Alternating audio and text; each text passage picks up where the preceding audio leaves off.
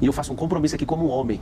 Não vai ter nenhuma família morando em casa de lata aqui nessa cidade. Nós somos um povo rico o suficiente, temos dinheiro suficiente. Ano que vem a prefeitura vai ter 120 bilhões de reais de orçamento e a gente tem parcerias público-privadas que eu tenho certeza que os mais de 2 milhões de empresários, quando souber da seriedade que nós vamos desenvolver essa prefeitura, não vai deixar ninguém morar nem em casa de taipa, nem em casa de alumínio. Não vai acontecer isso aqui nessa cidade mais. Eu faço uma promessa como homem. Pessoalmente, eu vou honrar pela minha família o que eu estou falando. Eu estou na política para fazer uma coisa que nenhum político deu conta de fazer. Hoje são 70 mil cargos públicos, onde pessoas são eleitas pelo voto.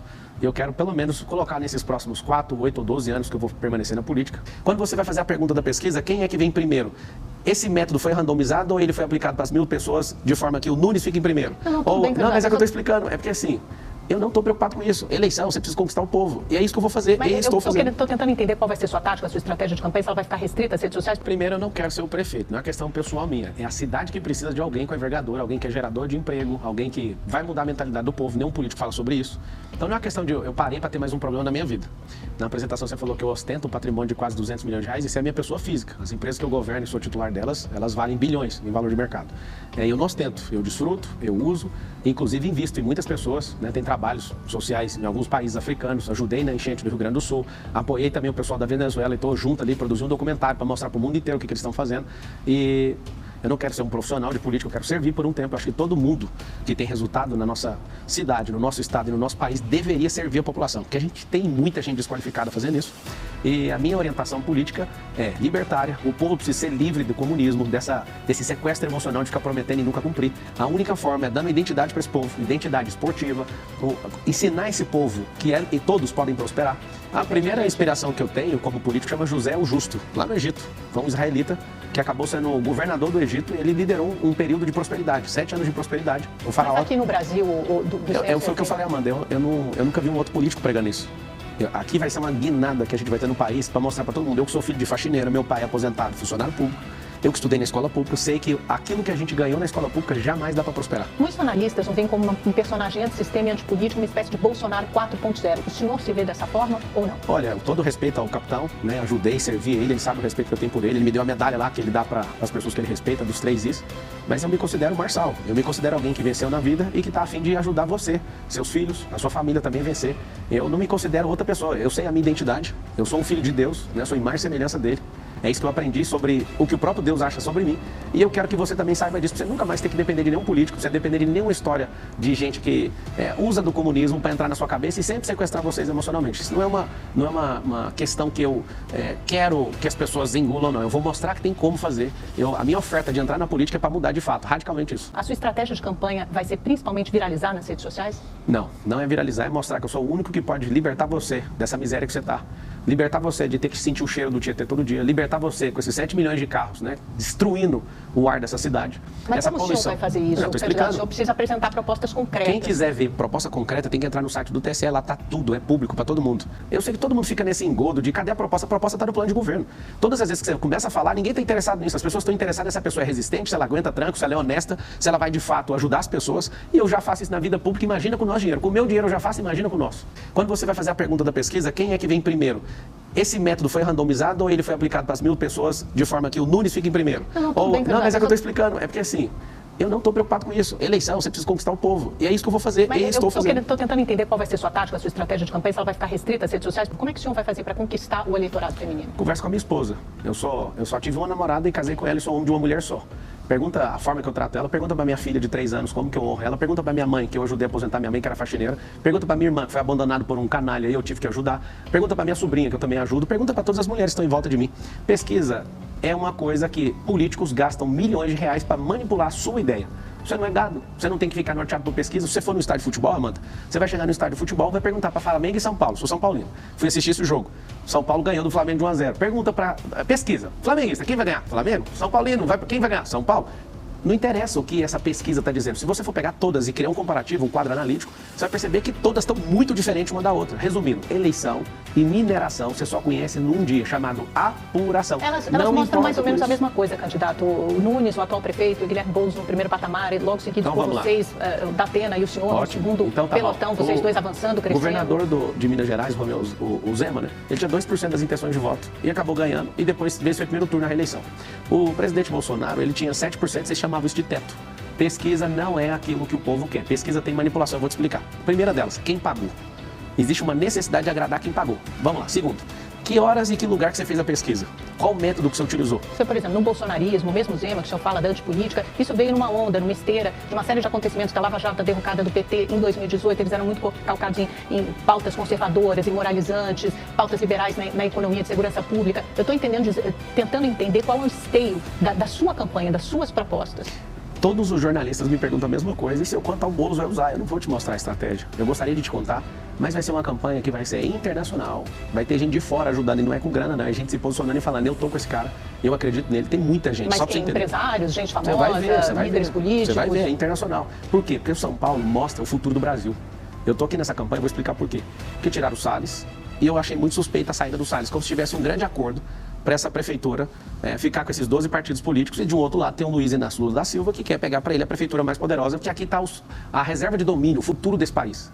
Eu não queria mexer com a prefeitura. Quando eu observei, eu falei, eu vou ter que servir o povo justamente pelo que eles estão fazendo. E aí está aqui uma pessoa que é servo do povo. Já provei, eu tenho espírito público desde 2019, quando eu dei meu coração lá na África. Eu já ajudo em alguns países africanos, o principal em Angola, onde eu provei que dá para desfavelizar um lugar, onde dá para mudar a mentalidade de um povo. E eu fiz uma promessa para um garoto quando eu estava indo embora em 2019. Ele falou assim para mim, Amanda, você nunca vai voltar aqui, né?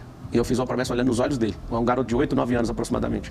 Eu só saio daqui depois que a última família entrar na última casa. Nós estamos construindo essas 300 casas, já são mais de 300 agora. E eu quero dar um conselho para você que é da quebrada, você que é de favela, você que está em comunidade. Hoje, o frio de São Paulo, eu fiquei lembrando de uma senhora que eu conheci, lá no Beira Rio, numa favela chamada Beira Rio. Sabe o que ela falou? Essas casas de lata são como IML. Isso aqui você não suporta o frio. Hoje eu acordei e lembrei da frase dessa mulher. E eu faço um compromisso aqui como homem. Não vai ter nenhuma família morando em casa de lata aqui nessa cidade. Nós somos um povo rico o suficiente, temos dinheiro suficiente. Ano que vem a prefeitura vai ter 120 bilhões de reais de orçamento, e a gente tem parcerias público-privadas que eu tenho certeza que os mais de 2 milhões de empresários, quando souber da seriedade que nós vamos desenvolver essa prefeitura, não vai deixar ninguém morar nem em casa de taipa, nem em casa de alumínio. Não vai acontecer isso aqui nessa cidade mais. Eu faço uma promessa como homem. Pessoalmente eu vou honrar pela minha família o que eu tô falando. Qual que é a lógica? Faz ele o exame toxicológico. Por que não pede o exame toxicológico? Não, o ponto é que o senhor não vai cumprir uma decisão judicial?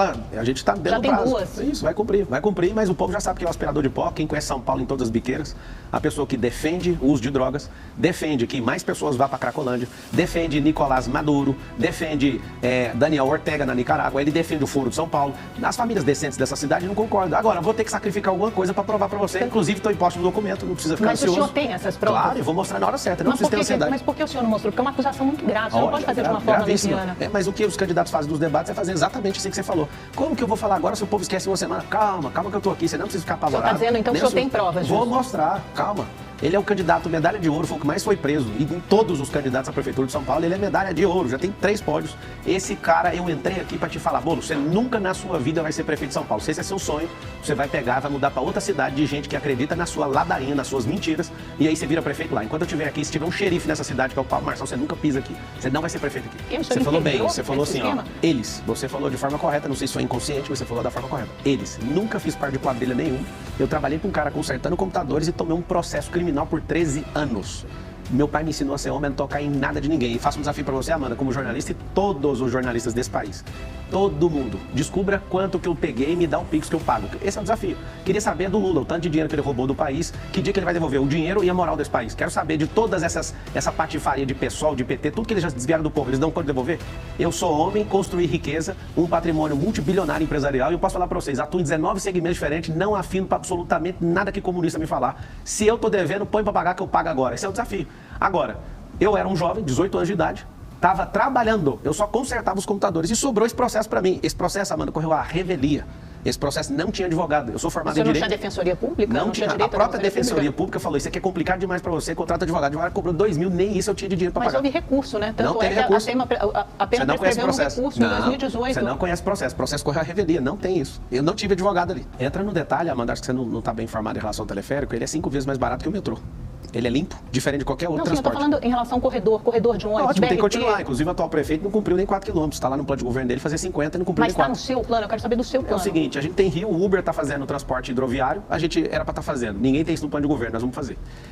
Essa proposta do teleférico não é uma proposta de mobilidade para a cidade inteira, é para honrar a comunidade. Eu vou transformar a comunidade em centro olímpico e empresarial.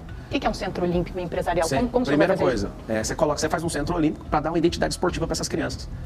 são mais de 60 esportes. As crianças na favela que eu tenho visitado, elas sonham em ser jogador de futebol. E não é jogar futebol, a gente tem que dar uma identidade esportiva, sabe por quê? Para não ter mais nenhuma dessas crianças quando elas crescerem lá na rua, né? Porque tem 80 mil pessoas em situação de rua hoje. Você pode achar tudo o que você quiser hoje na Cracolândia, mas você não acha esportista lá. Eu fui atrás disso. O esporte molda caráter e nós vamos fazer isso com a escola pública de São Paulo. Todo mundo vai ter uma identidade esportiva e nós vamos investir nisso. Sabe por quê? Porque vai diminuir despesa em saúde. Quando você investe em educação e dá uma identidade esportiva, você vai diminuir depois a despesa em segurança. E aí esse teleférico é para honrar esse povo. Isso não é a solução de transporte. A solução de transporte mais inteligente que existe é levar centros de empreendedorismo para a favela. Eu quero criar ali centro gastronômico, hoteleiro, turístico. Esse teleférico é o transporte mais seguro do mundo. É um elevador na horizontal e ele não para, pra você ter uma noção. Com a geografia de São Paulo, isso dá certo? Não tem problema, tem vários morros aqui em São Paulo. São Paulo também tem a geografia aqui não é o essas comunidades elas não precisam antes de saneamento básico, de urbanização, regularização fundiária. Essas pessoas de habitações menos precárias, né? Porque como o senhor falou, mora em casa de lata, mora em casa de palafita. E a gente tem dinheiro para isso, a gente vai fazer isso. O negócio é que ninguém quer investir em você, eu quero que você me assista aqui, eu vou falar para você. Ninguém quer investir em vocês porque vocês são massa de manobra. Tem 2,5 milhões de pessoas que são tratadas, principalmente pela esquerda, como massa de manobra, para vocês ficarem. Toda vez que você ouvir o termo favela, favela é ausência de governo. Comunidade, que é um plano nosso que chama Comunidade Forte, vai ser reestabelecida. Nós vamos reurbanizar e vamos investir. Só que eu vou contar um segredo para vocês. Como não investiram nessas últimas décadas, como aí no Panorama, que tem 80 anos essa favela, e vocês mesmos construíram a rua, para deixar que eu vou asfaltar isso aí para vocês. Aí na Vila União, na quebrada aí, onde é a Zona Leste, próximo ao Itaquerão, vocês estão precisando de poste de energia, só que precisa fazer a guia. Pode deixar comigo, eu vou pessoalmente aí fazer. Eu prometi e vou fazer. Ganhando a eleição ou não, eu vou resolver esse problema de vocês. Sabe por quê? Porque eu preciso de gente bem intencionada que quer libertar vocês e eu vim aqui para libertar vocês dessa miséria. É isso que queima no meu coração, é esse o recado que eu quero passar para todo pai de família, para toda criança, para toda mãe que está aí agora desolada porque não tem um governo que está afim de ajudar vocês. Eu tô de saco cheio disso, eu vou ajudar vocês. Já fiz isso com o meu pouco dinheiro que eu tenho, imagina com o nosso. Vou investir primeiro em gente, para depois falar qualquer outra coisa. Nós vamos abençoar vocês, mesmo todo mundo criticando e zoando, nós vamos ajudar vocês.